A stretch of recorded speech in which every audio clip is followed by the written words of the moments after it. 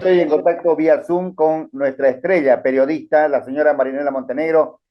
Marinela, buenos días, ¿cómo estás? Modesto Muñoz te saluda desde Buenos Aires, Argentina, eh, para Radio X, la 100.3 y el programa Despertar Boliviano. ¿Cómo estás, Marinela?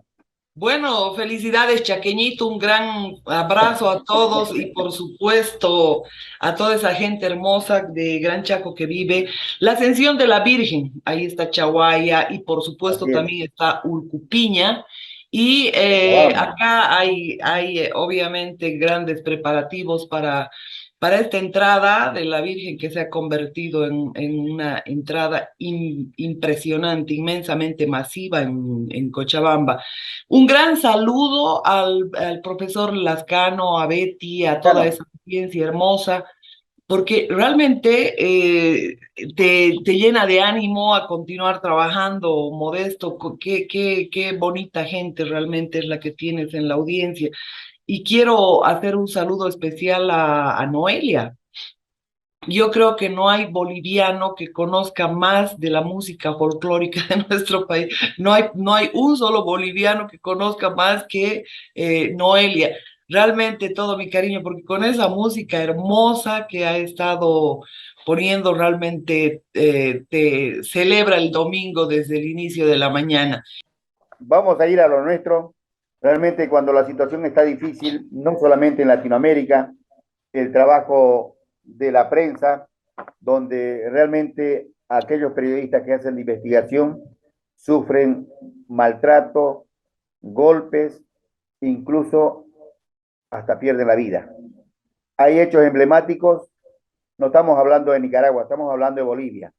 Quiero que me nombres algunos casos emblemáticos de Bolivia por hacer el trabajo del periodismo. Bueno, la lista es enorme, mi querido Modesto, y por supuesto, yo quiero hacer referencia hoy al tema de PAT, pero te voy a nombrar, por ejemplo, el caso de Para que la, Fernando. Marinela, para que El la gente tome nota, ¿qué es BAT? PAT es una red nacional que ha pasado de las manos de Carlos Mesa a las manos de Dager y después, por supuesto, a las manos del gobierno. Yo no voy a hablar de mi caso, que también ha sido terrible. Nos han liquidado dos canales. Primero han intentado comprar, esa es la hermenéutica, y después arremeten con todo cuando no aceptas vender el medio de comunicación. Y el tema de Fernando Vidal, por ejemplo, un periodista que Chaco, estuvo sí. difundiendo una cantidad de hechos de corrupción. Resulta que le echaron combustible y lo quemaron vivo. Fueron los periodistas argentinos los que lo auxiliaron a Fernando Vidal. El caso de los hermanos Peñasco Laime, ambos fueron asesinados, dos periodistas, uno de Fides y el otro del Alto, una larga lista de periodistas asesinados, como si se tratara de las dictaduras más terribles del mundo, pero estos lo hacen con disimulo. El caso de Analí Guaychú es un caso que Bolivia ha pasado por alto, pero en realidad Analí Guaychú es víctima del caso Hotel Las Américas. Y voy a pasar a relatarte los pormenores de ese caso y lo propio el caso PAT. No nos olvidemos que PAT ha sido instalado por el MNR, o digo mal, por Soros en Bolivia. Sí. ¿Para qué? Para que defienda la capitalización. Para eso se trajo a un infeliz de nombre Jeffrey Sachs, un profesor de la Universidad de Harvard, que todos los días nos hablaba de que lo mejor es privatizar nuestras empresas estratégicas, mejor si se las regalábamos a su jefe, a Soros, al que maneja una cantidad enorme de universidades, donde beca a los políticos latinoamericanos y los mentaliza y los trae a gobernar los países. En este caso podemos citar, por ejemplo, a Jaime Paz Zamora, que ha sido becado en Lovaina. Los chicos de Lovaina fueron denominados. Sánchez de Lozada no pudo sacar ningún título, pero él estuvo en todo lo que fue el tema de prospección minera, pero disfrazado con el cine. Carlos Mesa fue financiado prácticamente eh, por todas estas transnacionales para que defiendan un proceso que fue el proceso más dañino que ha vivido Bolivia al deshacerse de sus empresas estratégicas para que roben en cantidades y después nacionalicen y los indemnicen a los mismos, como ya hemos relatado en otros programas. Pero en este caso, cuando en PAT ocurren cosas muy oscuras, por ejemplo, es asesinada la contadora de PAT. Y eso está relatado en uno de los libros de Carlos Mesa y por supuesto este hecho lo tenemos que tocar en un tema muy aparte, pero quiero remitirme a la compra-venta de PAT. Se adjudica la venta el empresario Dager, pero al hijo lo secuestran para presionar al padre y que éste pueda vender sus acciones al narco régimen, lo secuestran al hijo, lo torturan, le llenan de procesos y hay un emisario, Modesto, un emisario que lo increpa a Dager y le dice, mira, el vicepresidente de Bolivia, Álvaro García Linera, te odia. Entonces, si tú quieres permanecer en Bolivia, nos traspasas PAT a título gratuito. Y si no, todas tus empresas están liquidadas, te las vamos a expropiar. Le dice un venezolano a un boliviano. ¿eh? Y bueno, dicho y hecho, Dager, por la presión que sufre el hijo, por las detenciones ilegales, por los procesamientos ilegales y por toda esa presión que comienzan a ejercitar contra todas las empresas, como hoy está viviendo el matutino Los Tiempos, resulta que entrega la empresa. Pero ¿quiénes motorizan toda esta historia? Los hermanos García Linera. Son los hermanos García Linera, hoy dueños o socios de Toyosa, que le venden cantidades impresionantes de temas al país. Pero el caso de Dager se da precisamente porque la empresa PAT había sacado una denuncia contra Hurtado, quien era director de la Red ATV. La Red ATV ya había caído en las fauces del gobierno eh, a propósito de la muerte de Garafulique, una muerte también oscura en un accidente aéreo. Entonces, ahí se apropian de toda la red ATV, como es el Nuevo Día, La Razón y todo aquello, y por supuesto ahí aparece una persona que iba a trabajar a la red en bicicleta, es Jaime Iturri. Y este Jaime Iturri de pronto aparece con 30 millones de dólares comprando acciones, figurando de testaferro de los García Linera. Entonces, con este medio de comunicación, vale decir, Iturri, más Hurtado, que era director de ATV, de La Razón y del Nuevo Día, comienzan a ejercitar presión contra otro medio de comunicación, con chantajes, con extorsiones. Eduardo Clavijo estuvo metido en estas extorsiones, un miembro de la policía de inteligencia, y por supuesto comenzaron a presionar de todas las formas posibles, y la más terrible fue lo más terrible fue el secuestro del hijo. Entonces Dager tuvo que entregar la red de PAT al narcogobierno. Por esto tienes una cantidad de medios de comunicación que a diario le dicen mentiras a la gente y mentalizan. Aparte de que Chávez regaló 149 radios, Irán regaló a Viayala, un canal que es mantenido por el Estado. Prácticamente todos los medios de comunicación que manejan el gobierno con derecho propietario y con testaferros son mantenidos con publicidades millonarias del Estado. En el caso de la red ATV y la red PAT, por supuesto sirvió para que incluso este testaferro venezolano, que no es nada más que un mafioso, se adjudique hasta de los ferrocarriles que le pertenecen a los bolivianos. Hoy día, y me lo dijo un miembro de la familia de Andrónico Luxic de Chile, de Antofagasta Holding, ese holding familiar que ha vendido el agua del Silala durante años, y nosotros indicamos a los chilenos, pero en realidad es Andrónico Luxic, representante de Soros en Chile, el que ha vendido las aguas del Silala, que ahora Carlos Gil, junto con Álvaro García Linera, son propietarios, únicos propietarios de la red oriental y de la red occidental de ferrocarriles. Esos ferrocarriles le pertenecen a los bolivianos, Modesto. Entonces, ese es uno de los casos terribles. Y el otro es, por supuesto, vinculado al teatro que armó el narcogobierno de generar un autoatentado. Ellos trajeron a un húngaro boliviano. No nos olvidemos que Soros era prácticamente dueño de Hungría hasta que Víctor Orbán lo votó, lo expulsó con sus universidades y sus ONGs, siendo de nacionalidad húngara. Entonces, ahí había un boliviano que fue viceministro, se llamaba Fernando Sarabia. Este era roommate de Eduardo Roza Flores.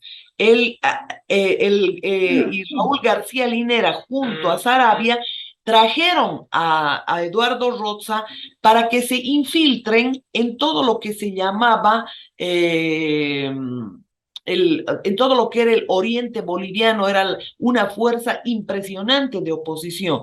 ¿Cuál era la misión?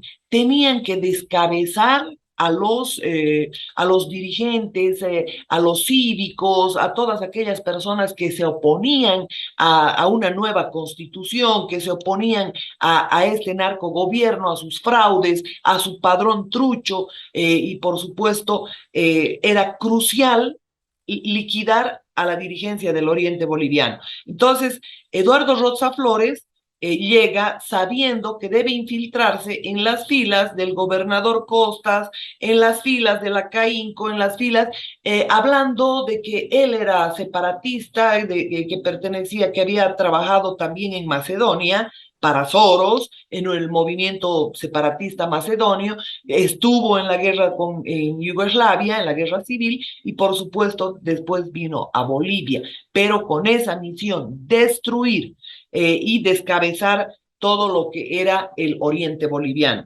El tema es que este personaje tramó todo y reclutó gente inocente. Por ejemplo, en el caso de Elotto Azó, Elotto Azó era un tipo que daba clases de computación, un hombre muy sencillo, un hombre muy bueno.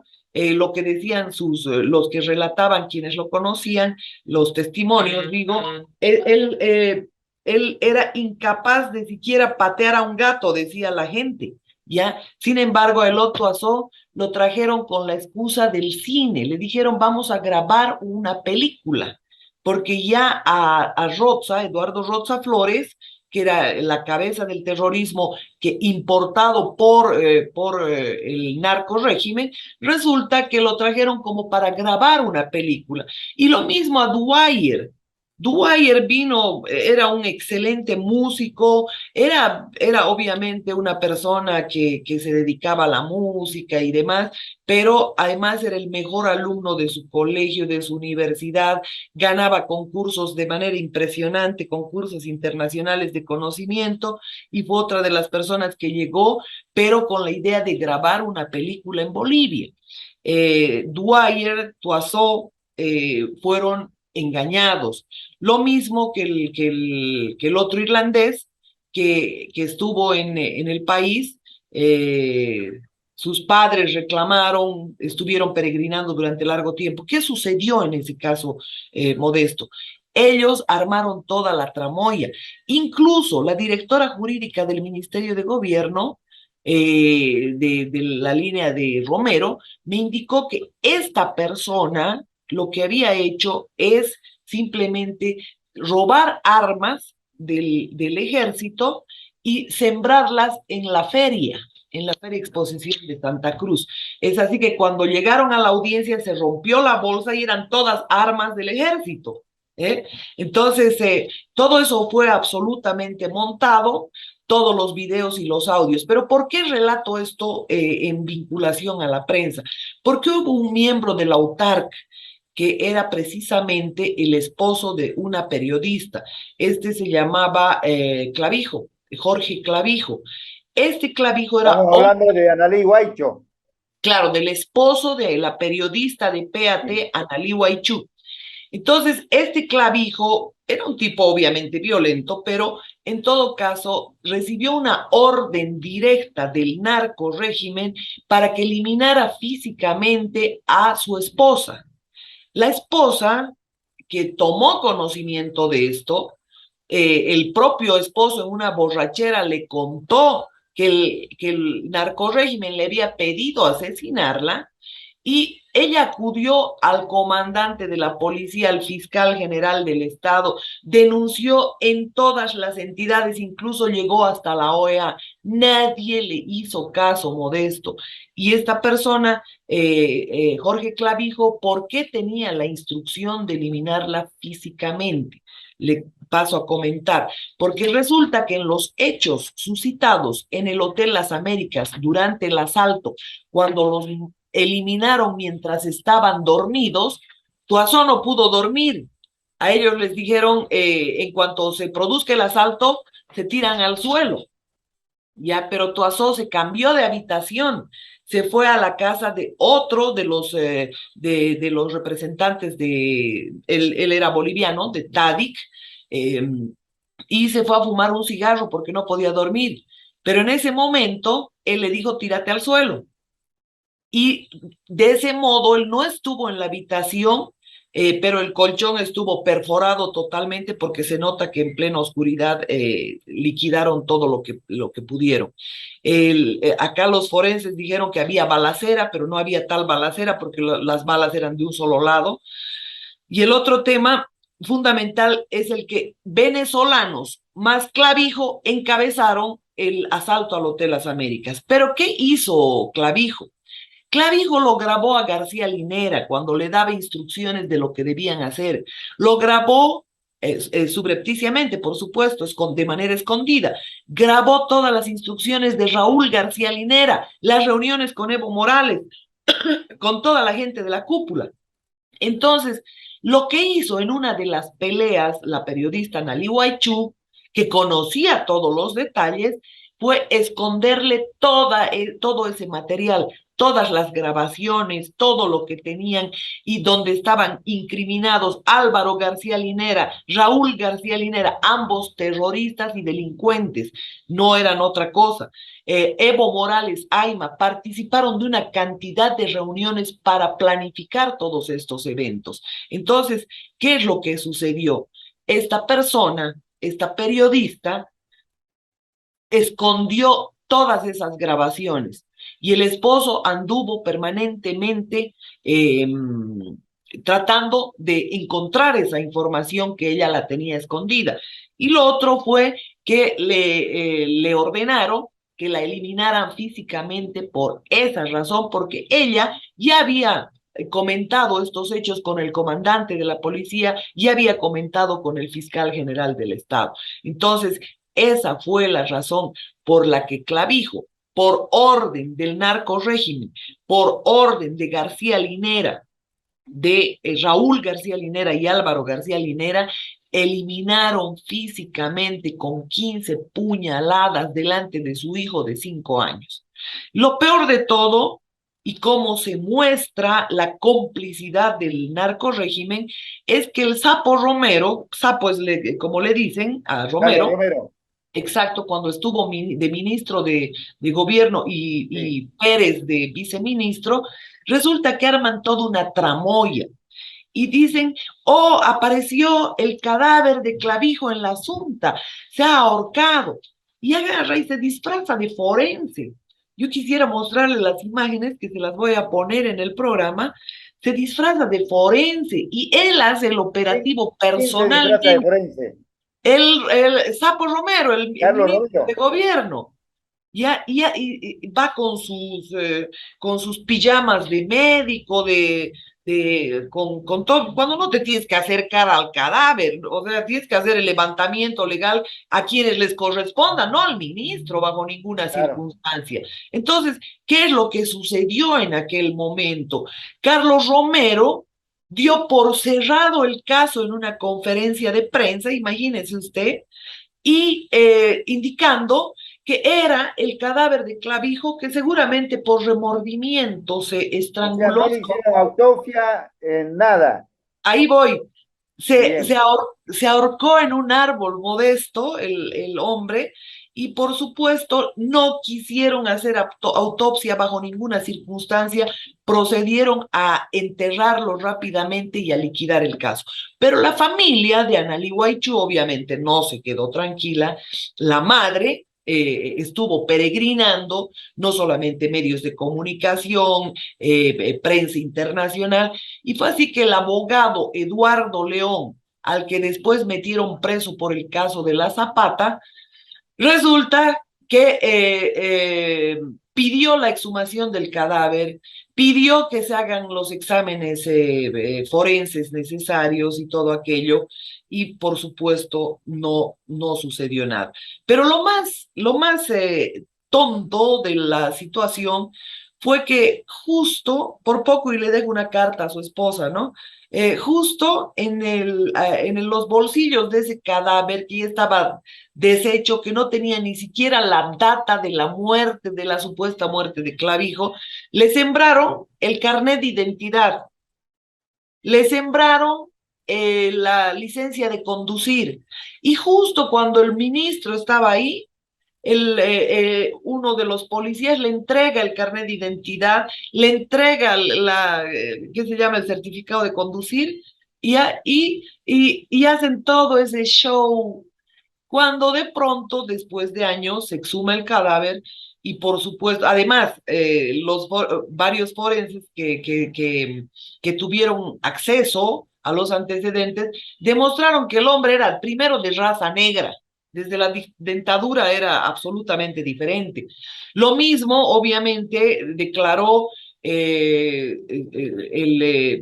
escolta del fiscal Sosa, que participó y que ahora está en el exilio en Brasil Brasil. junto con el fiscal Sosa. Resulta que ellos han podido verificar toda esta patraña con la que se ha hecho todo el tema del Hotel Las Américas.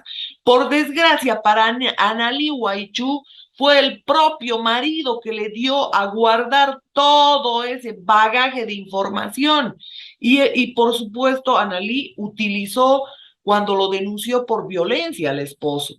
Entonces, estos tejen absolutamente todo, porque a raíz de ello sale el tema de feminicidio, las leyes de feminicidio y todo lo que permanentemente nos quieren cambiar.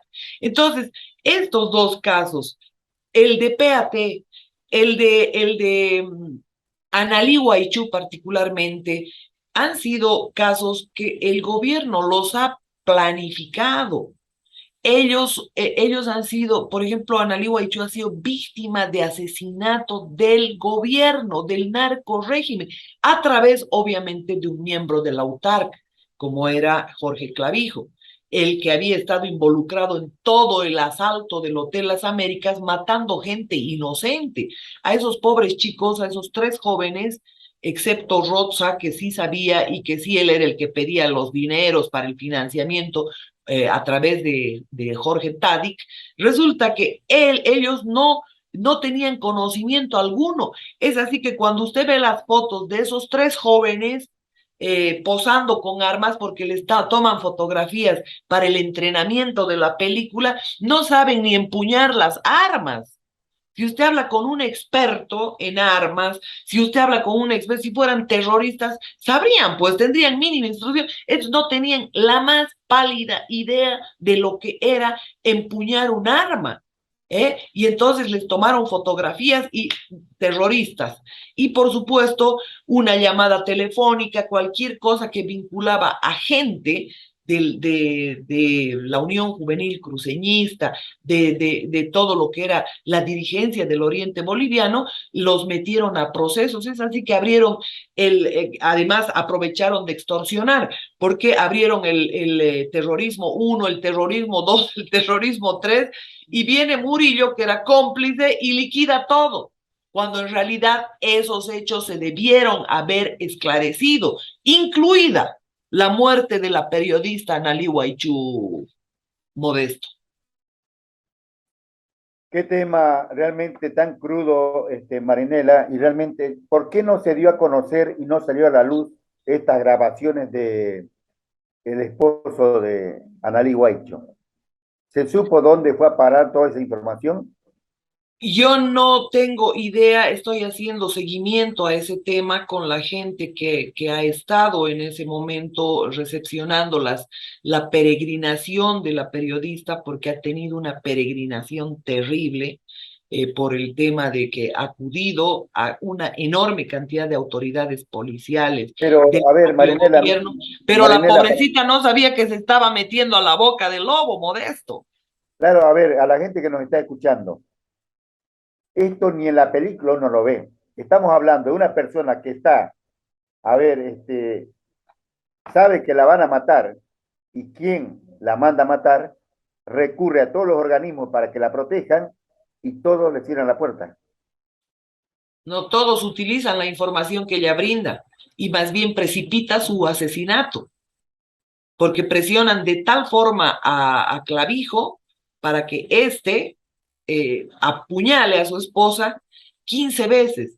Dos puñaladas llegan al pulmón, le perforan el pulmón, le perforan el corazón, y el niño de 5 años, ¿quién lo libra de ese trauma que ha vivido viendo ese cruel asesinato a su madre? El muchacho ya es un adolescente, ya obviamente es una persona que estoy segura que esas heridas que tiene nunca las va a olvidar, porque un niño de 5 años, de 6 años, puede perfectamente recordar Claro. todos esos episodios dramáticos que ha vivido la madre con semejante peregrinación. Y es así, ahí tiene usted a la OEA, tiene a las autoridades policiales, a todos esos delincuentes, acudió acudido a policías, a gente del propio gobierno, y ellos, al enterarse de que Analí Guaychú tenía todos los detalles de las instrucciones que dio Álvaro García Linera, Raúl García Linera, para los episodios del Hotel Las Américas, por supuesto que ahí tiene todo el convencimiento de que estos fueron los autores, estos fueron los criminales. Y cada episodio que ocurre en Bolivia es así, milimétricamente tramado.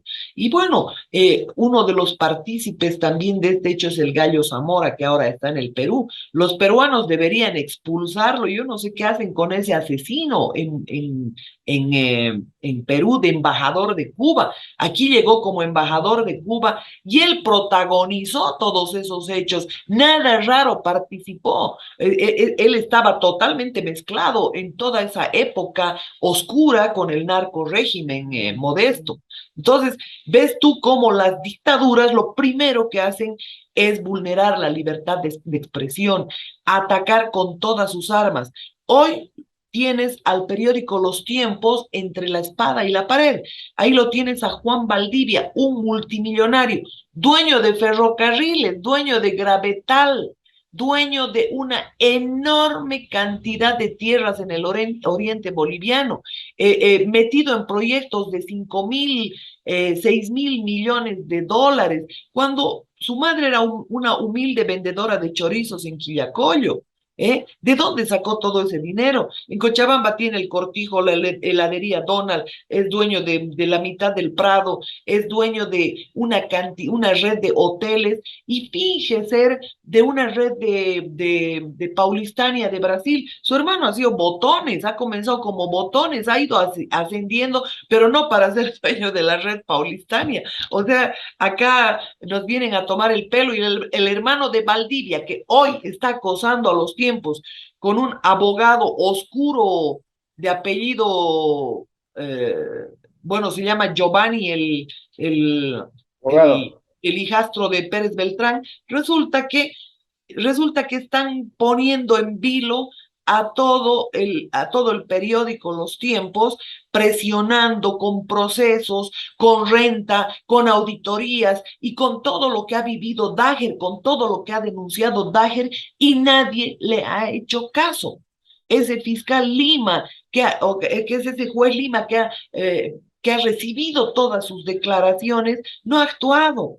Lo mismo jueces y fiscales que han recibido las denuncias de Analí Huaychú no han actuado.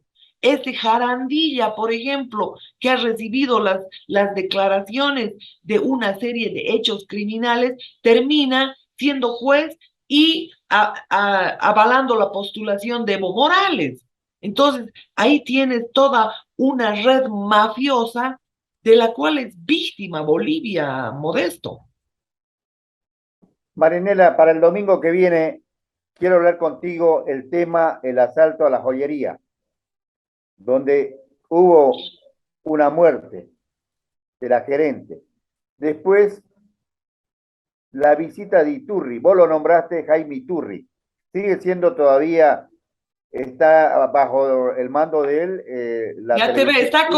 figura como dueño de PAT, perdón, de Dueño, ATV, y obviamente dueño en el porcentaje de 30 millones de dólares.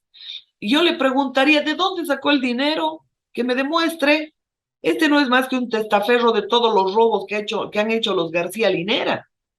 Así como hay un montón de testaferros como los Gil, los King y una cantidad, los Valdivia, una cantidad de gente que a manos llenan o ofician de testaferros de estos mafiosos que le roban a diario a los bolivianos, que los engañan con la izquierda y con la derecha y con el comunismo, con toda esa farsa. ¿eh? Y la gente inocente, incauta, ignorante, desinformada, obviamente cae en sus fauces. Y caen en Argentina, caen en Europa, caen en todas partes, lamentablemente porque la gente no se informa. Hoy es tan fácil informarse, Modesto, contrastar cualquier información que se escucha en los medios de comunicación. Hoy no nos va a dar tiempo para tocar el caso de una testigo clave, Modesto, y yo quiero realmente tener todo el tiempo necesario porque esta testigo clave es perseguida de una mafia rusa. Escondieron varios crímenes y ella es testigo de aquello. O sea, Carlos Romero está involucrado hasta el cuello en crímenes, en una serie de asesinatos que han ocurrido en Bolivia. Y la testigo clave es víctima de presiones, de extorsiones, de manipulaciones, como para que ella se rinda, como para que ella no hable más del caso. Y el día de mañana utilizar a alguien como Arturo Murillo, cómplice de este narcorrégimen, para que vaya y cierre como nada, como si no hubiera ocurrido nada, el caso terrorismo, como lo hizo. Pero en el caso de la testigo clave, yo quiero reservarme el nombre, quiero reservarme todo, pero porque necesito estructurar, presentarle a usted un resumen del tema que le va a generar escalofríos, Modesto. En todo caso, yo le digo a la gente, a su gentil audiencia, hay temas que por supuesto tal vez no sean ni apropiados mencionarlos porque enferman el alma, ¿eh? Pero, ¿qué hacemos los periodistas que debemos realmente difundir, hacer que la gente tome conocimiento, que deje de estar engañada, que les agradezco yo mucho que nos acepten unos minutos.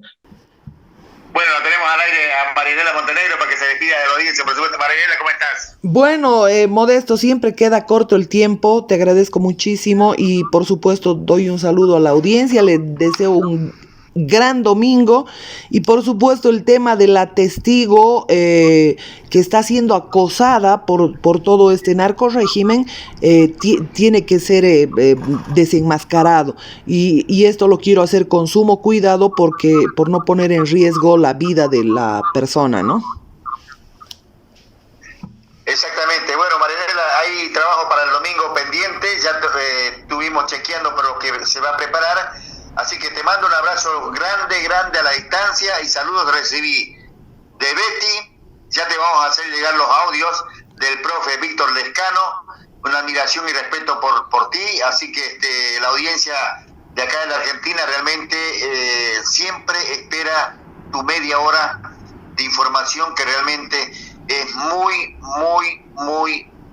A ver, es un material realmente que quizás no sale en todos los medios. Pero yo siempre vuelvo a repetir lo mismo. El libro Borde Petente lo vamos a aprovechar acá en Buenos Aires.